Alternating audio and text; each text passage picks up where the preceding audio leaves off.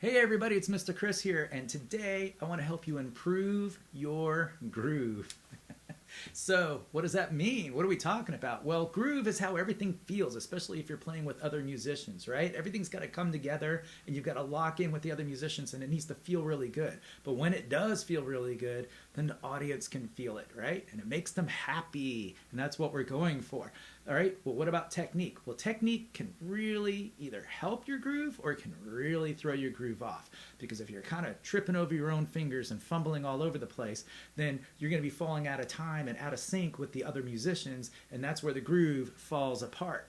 So what I wanted to do was create a few video lessons that work on some of the very fundamental things when it comes to playing bass, because I think a lot of times, like I have students that I have people come to me that are adults who've been playing for years, their whole life, and they're playing gigs out and everything, and yet they're still fumbling over certain things when they're trying to play more difficult songs, and it's just not working as well as they would like it to.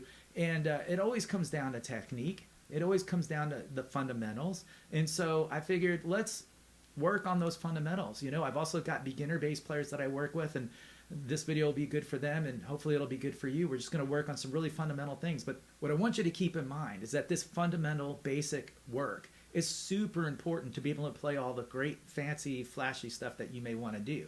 I know every bass player out there, including myself, has music that inspires them, you know, where you heard some really cool groove, or you heard a really cool song, or a band, or whatever your favorite bass player is, and maybe they play really fast and really technical, and you want to do that too, and that's great.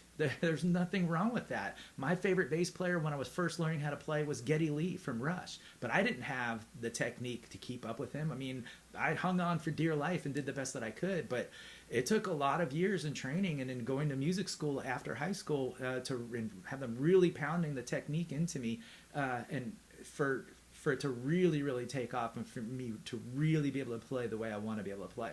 And so you don't want to blow that off. You want to go ahead and focus on this fundamental stuff and take it seriously and put the time and effort into it, because I am living proof that it pays off. I mean, I was playing since I was a kid all the way through high school, and I was okay. I was doing okay.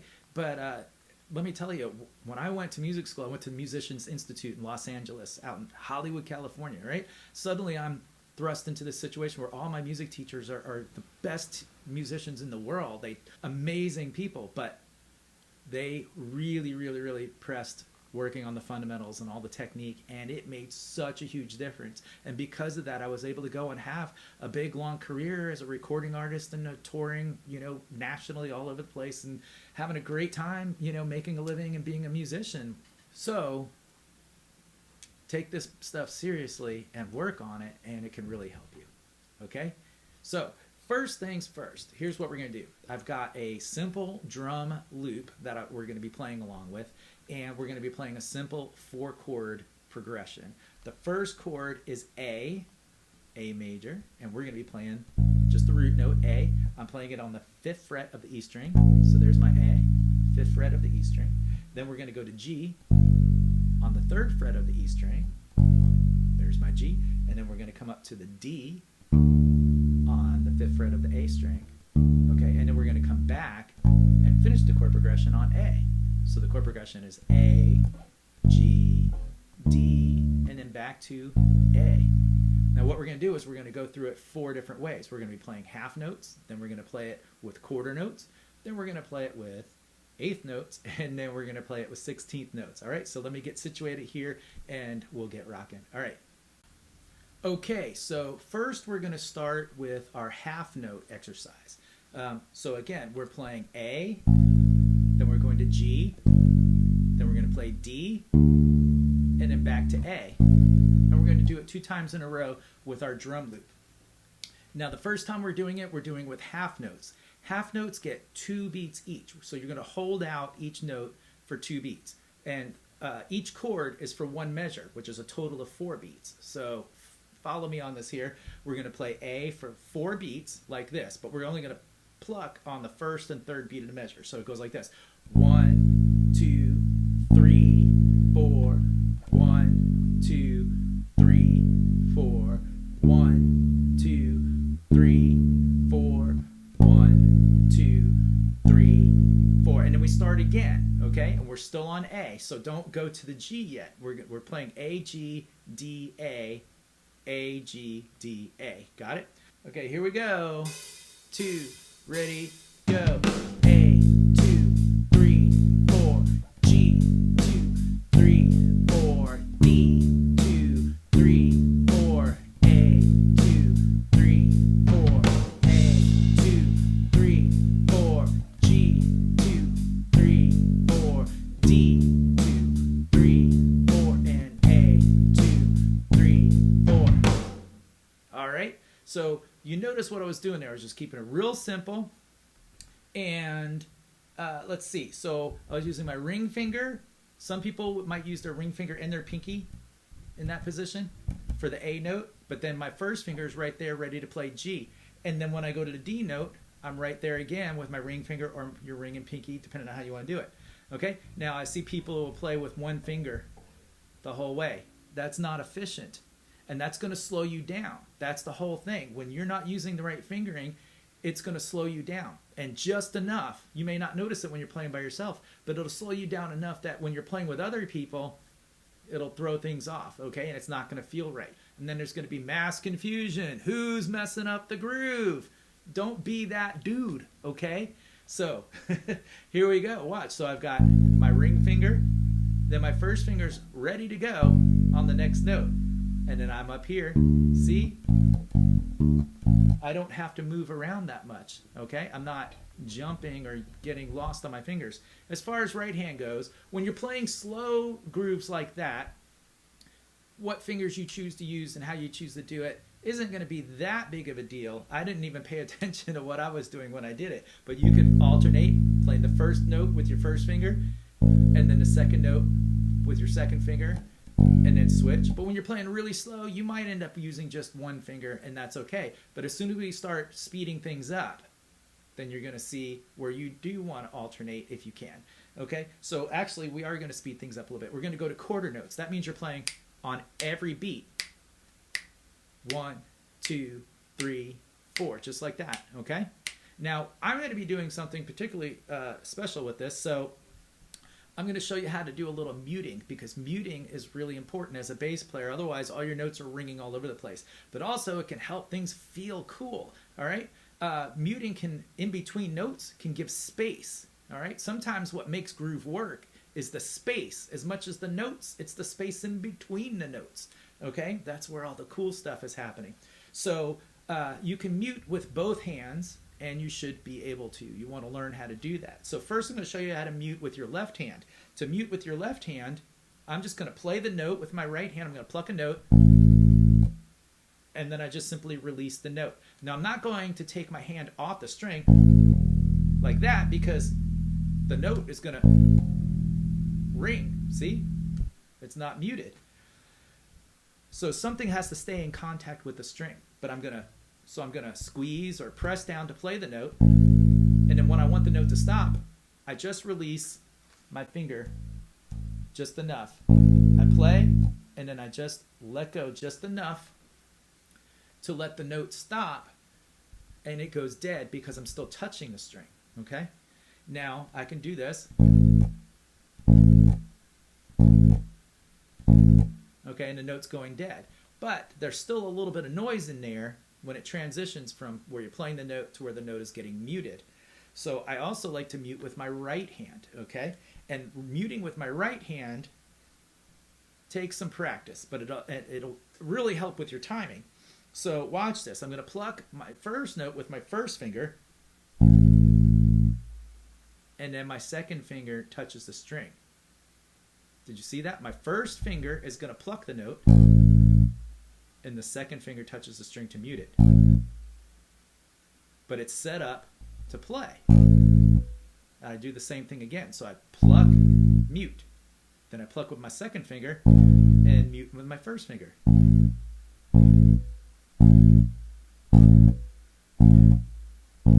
Now, you want to practice that slow, like stop the video and go do that for a few days, okay? And I'm not joking. Like I talked about earlier in the video, you want to go slow and you want to work on this stuff, because I know people who've been playing for a really long time that don't know how to do this, But when you see what I'm about to do and how I'm going to put these together, you're going to hear it and you go, I kind of like that. It's kind of cool. Okay, so check it out.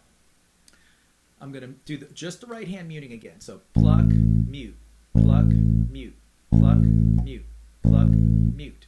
Okay? Now, when I combine what I'm doing with my plucking hand with what I'm doing with my fretting hand or my left hand, I'm going to do both at the same time. So I'm going to pluck, and as this finger comes down to mute, I'm also releasing here. Now, you can do this on slower notes. When you start going really fast, you won't be able to do that. Okay, so, but for now, on stuff like this, like quarter notes, it can sound pretty cool. So check this out. I'm going to do both at the same time.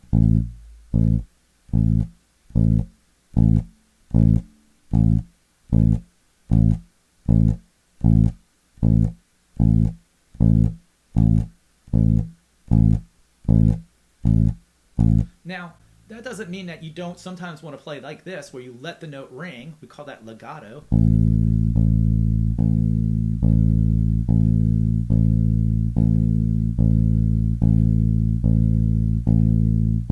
If you're finding that where I'm putting the muted notes in, or when I'm muting the notes, if you find that that's really, really difficult right now, just play letting the notes ring out, and that's fine, okay? There's nothing wrong with that. I just wanted to show you a cool technique that eventually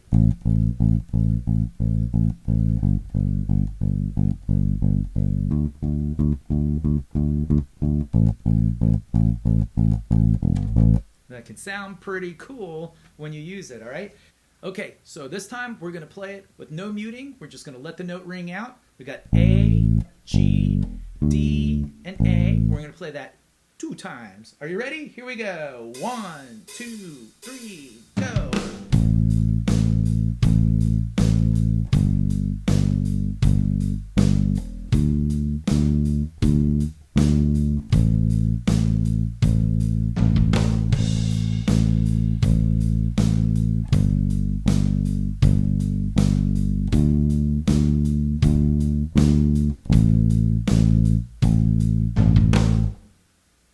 Okay, now I'm going to do it with the muting, just so you can see what it sounds like and give you something to practice along to, okay? Here we go, with muting, same chord progression, 8th notes. Yeah, 8th notes with muting. 1, 2, 3, go.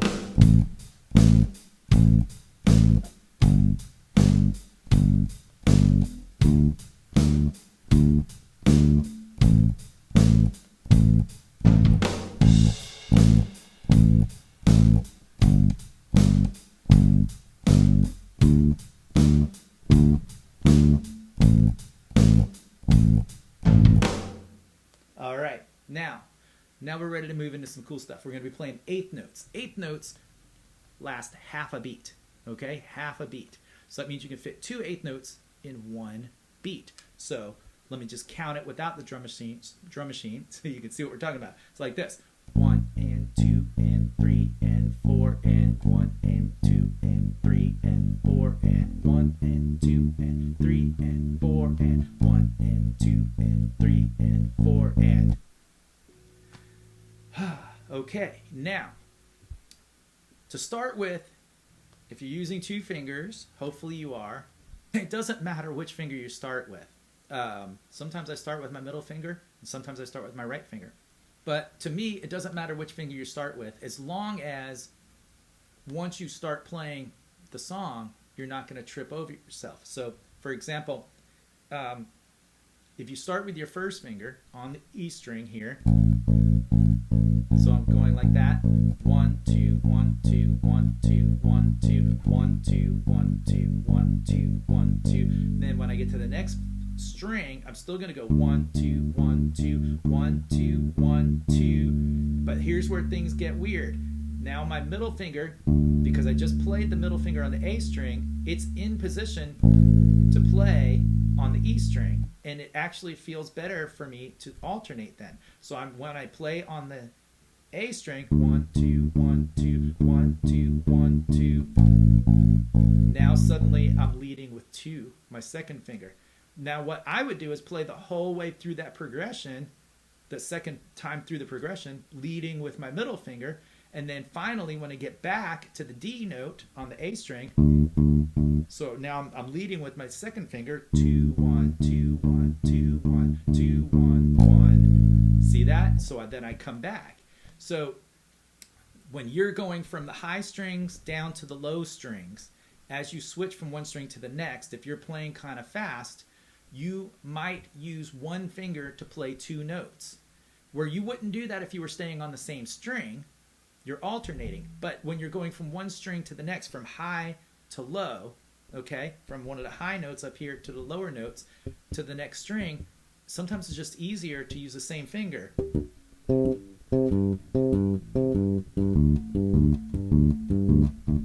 Because your finger's already moving, it's already there, it's in position, and it just, sometimes it feels better that way. So play around with that, but again, that's one of those little things that helps me when I'm playing fast from tripping up all over myself, okay? Because if I'm going 1, 2, 1, 2, 1, 2, 1, 2, it feels a little bit weird because I've got my middle finger's already in position, but now I've got to get my right finger down, but my middle finger's already there. So it's actually a little bit more efficient, a little bit quicker to transition, because if you think about it, when you're playing on one string, great, here I go, I'm doing fine.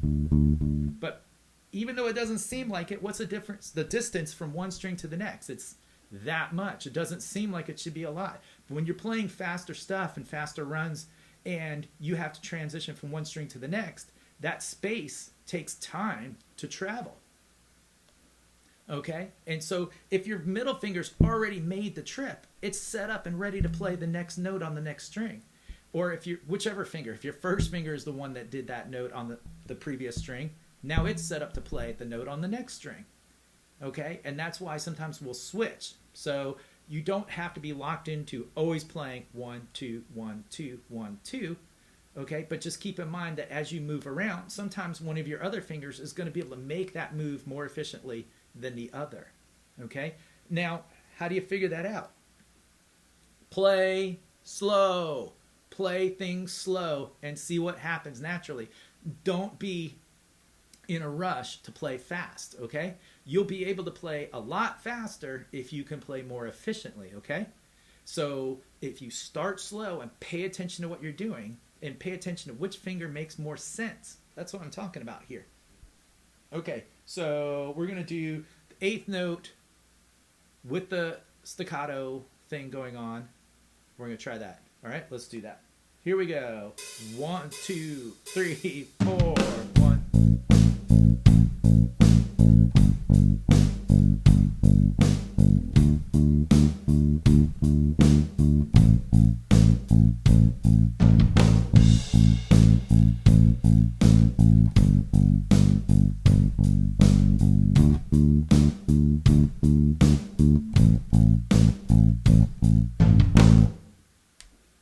So that's how that goes. Now we've done half notes, quarter notes, and 8th notes.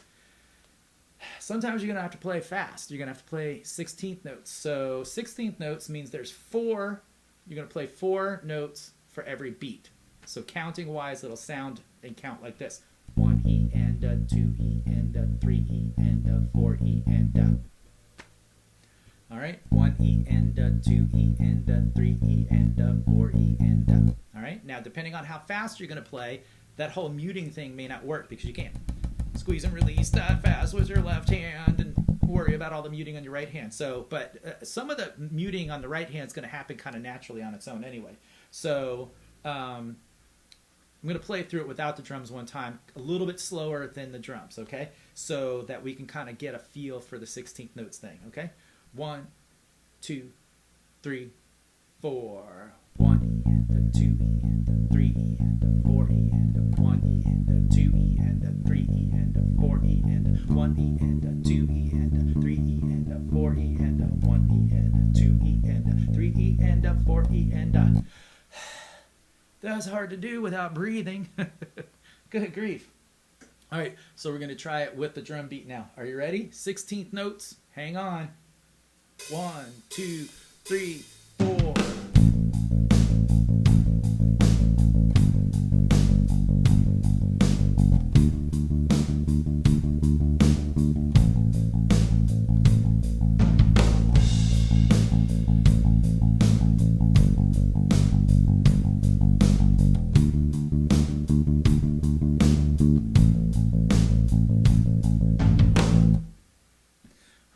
So that's tricky, okay? And it's going to take time to build up to that speed if you're not already there. Don't be in a rush. Start slow and work your way up, okay? Take your time with each of these ideas and just practice with the drum loop, practice with a metronome at a speed, you know, that works for you. You don't have to work with this particular drum beat. Just work with a metronome, just a click, all right? You can download one for free on your phone, so get an app for a metronome and just set it at a speed where you can play these, you know, just nice and easy, and lock in with it. Try to make it a game. Like, if you can make the metronome sound good, if you can groove with the metronome, then you're going to be able to groove in real life, okay? Now, not that in real life everything is like a metronome, okay? Humans are not robots. So I do want to be very clear about that, all right? There are mixed feelings about using metronomes for practice. I'm not promoting that you always play with a metronome and you always play like a robot, because that's not real, okay? But when you go to play with other people, if you don't have a pretty good, if you haven't developed your technique to be able to play pretty solid, then when you play with other people, what happens? You know, if they're playing really solid and every time you get to the hard part, you've always slowed down without even realizing it. That's what I'm talking about. I like the metronome as a tool to show us where we are. A lot of times I'll have students say, well, I don't like playing with the metronome. It messes me up. That's garbage, okay? The metronome is not messing anybody up. The metronome is showing you where you're messing up. You are messing up every single time. And the metronome is just there to remind you of it. And that's why we don't like it. We don't like the metronome, because the metronome is perfect. And the metronome is going to show us and, you know, make us look bad.